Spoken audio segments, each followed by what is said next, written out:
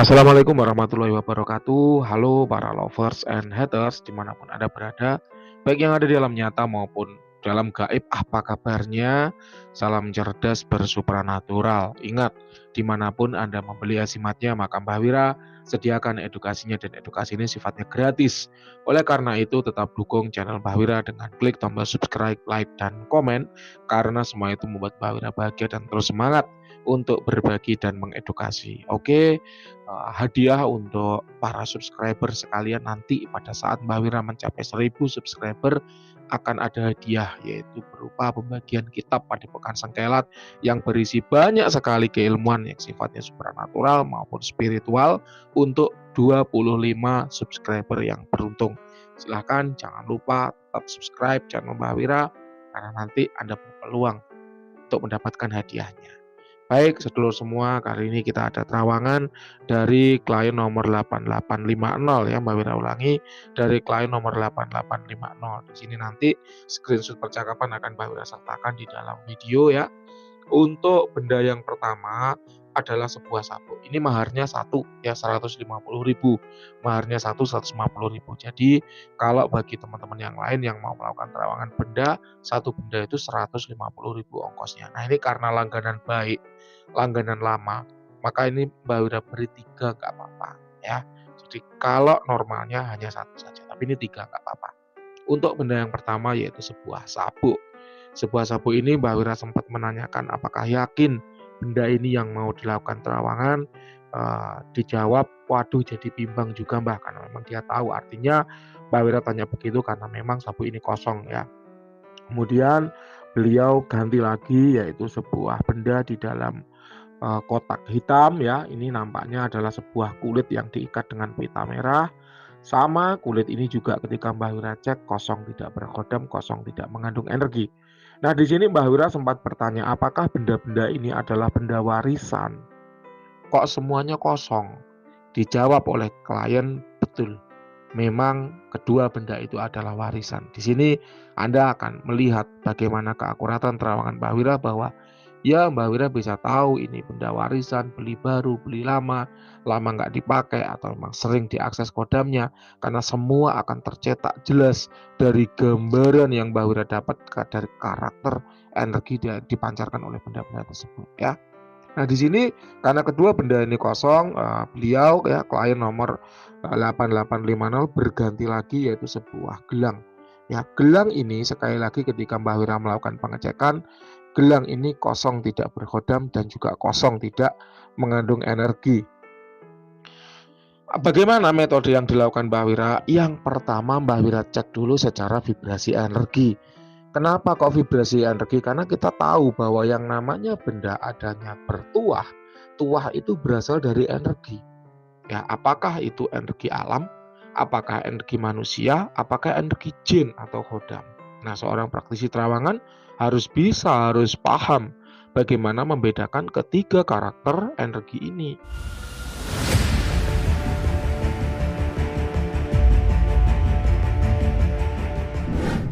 Yang pertama untuk energi alam, maka alam berarti alam yang mengisinya, alam yang membuatnya bertuah, alam yang mengisi energi alam itu sendiri ke dalam benda tersebut tanpa campur tangan dari manusia. Nah, untuk ketiga benda ini Mbak Wira cek tidak ada energi alam yang dijumpai. Yang kedua adalah energi dari manusia atau energi dari praktisi yang meritualkan. Memang manusia atau seorang praktisi supranatural punya metode-metode tertentu untuk mengisi suatu benda agar dia bertuah. Punya metode agar benda-benda tersebut mengandung energi sehingga sifatnya berubah dari yang semula benda biasa menjadi benda bertuah. Contohnya sabuk. Memang orang-orang zaman dulu seringkali mengisi sabuk ya atau ikat pinggang dengan asma, dengan energi, dengan mantra, dengan wirid, dengan apapun itu agar karakter dari sabuk itu berubah dari yang sebelumnya tidak bertuah jadi bertuah. Biasanya tuanya keselamatan kalau sabuk. Ya, memang Mbak Wira paham itu. Kemudian benda yang kedua tadi apa? Sebuah kulit yang diikat dengan pita merah. Biasanya kalau kulit-kulit rajahan seperti ini pengasihan, karir, kerejekian, arahnya lebih ke arah sana. Namun lagi-lagi ini keduanya kosong, tidak mengandung energi manusia. Kemudian untuk benda yang ketiga yaitu sebuah gelang, ini pun sama.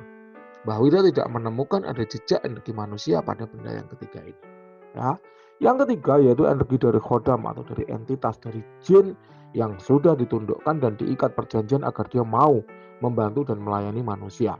Untuk dua benda sebelumnya tidak ada. Namun untuk benda yang ketiga ini, Mbah Wira menemukan ada residu atau jejak dari jin yang pernah menghuni benda ini.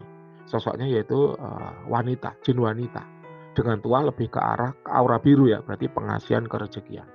Ya, lebih ke arah pengasihan dan kerejekian. Ini Mbah Wira tidak tahu ya praktisinya siapa. Ingat, tidak ada unsur ingin menjelekkan atau menjatuhkan siapapun ya. Di sini Mbah Wira bahkan sempat bertanya, apa saya yang meritualkan benda ini? Kalau memang saya atau Mbah Wira yang meritualkan, maka akan Mbah Wira beri garansi. Mbah Wira tuker, ya Mbah Wira ritualkan ulang dan itu gratis.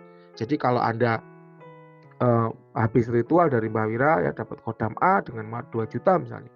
Kemudian kodam ini mati dalam bertugas, maka Anda boleh ya tuker, boleh isi ulang, boleh diritualkan ulang. Dengan cara bagaimana? Ketika Anda memahar selanjutnya, Anda dapat potongan harga senilai mahar yang sebelumnya ini tadi. Jadi sama, benar-benar Mbah Wira ganti. Misalnya mahar lagi 4 juta ya, berarti tinggal 4 juta dikurangi 2 juta. Maharnya tinggal 2 juta saja. Jadi yang hilang tadi Mbah Wira ganti. Kayak gitu.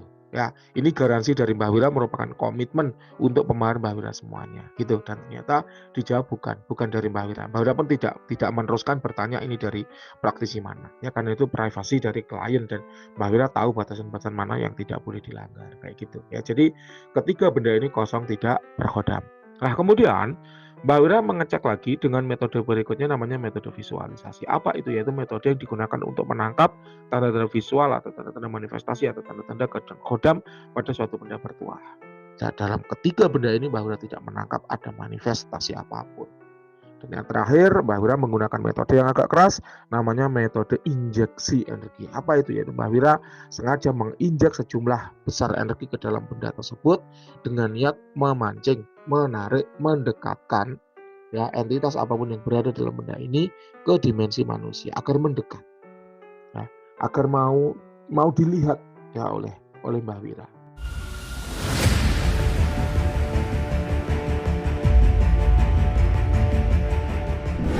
Dan ternyata ketiga benda ini setelah Mbah Wira injek dengan energi tidak menghasilkan feedback apapun. Hal ini menjadi tanda bahwa memang ketiga benda ini tidak mengandung khodam. Nah, kita kembali ke benda yang ketiga yaitu sebuah gelang. Pada gelang ini Mbah Wira sempat mendeteksi keberadaan residual ya dari keberadaan khodam. Hal ini dikarenakan khodam sebelumnya itu berarti mati. Nah, untuk kodam yang dua benda sebelumnya karena itu warisan bisa jadi, nah ini akan Mbah Wira jelaskan beberapa perkara yang menyebabkan suatu benda kehilangan kodamnya. Yang pertama yaitu dialih rawatkan atau beli dari reseller. Kalau orang itu beli sebuah benda bertuah dari reseller, seringkali tuahnya tidak jalan. Kenapa? Karena reseller itu seringkali tidak bilang kalau dia reseller. Praktisi supernatural taunya ya dibeli sama reseller tadi, dipakai sama reseller tadi. Padahal sama reseller itu dijual kembali. Padahal yang namanya kodam sebelum didampingkan kepada manusia itu ada perjanjiannya, ada diikat dengan sumpah. Ketika sudah dimahar oleh si A, maka sumpahnya akan berbunyi begini. Dampingilah si A, bantulah si A, bantu hajat-hajatnya dengan kemampuanmu, jangan membuat malu aku, itu kan tunjukkan kemampuanmu untuk kebaikan si A. Kalau kemudian sama si A dijual lagi ke si B, kodam tetap ikut si A. Kenapa? Karena perjanjiannya berbunyi dampingi si A, bukan dampingi si A kalau dijual lagi ke B maka dampingi B. Enggak seperti itu. Itulah kenapa kalau benda itu beli dari reseller, seringkali kemudian tuahnya tidak berjalan sesuai dengan yang diiklankan. Ya, atau dialih rawatkan. Dialih rawatkan itu ibarat ada seorang wanita punya suami mati. Apakah wanita itu kemudian mau dialih rawatkan ke orang? Belum tentu.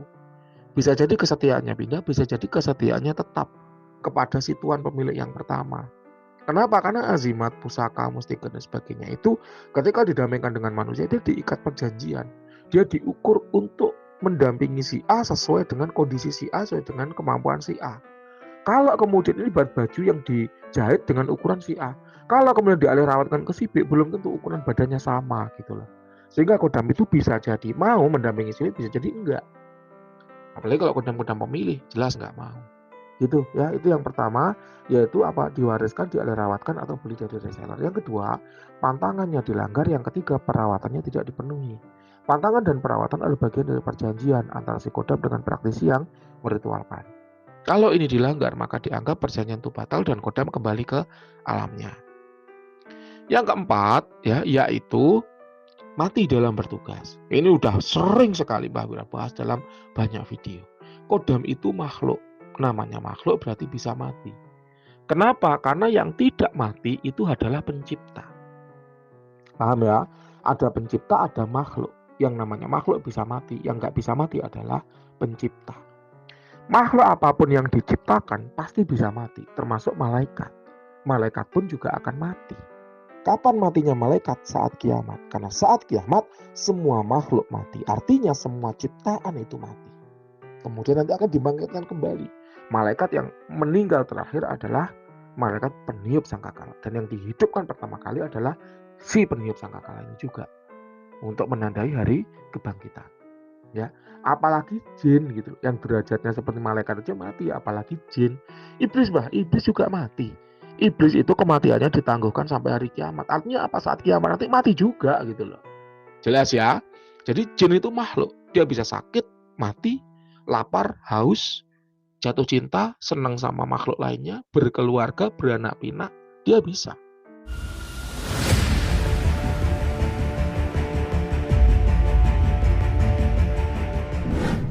Inilah kenapa ada yang namanya genderuwo menyetubuhi manusia.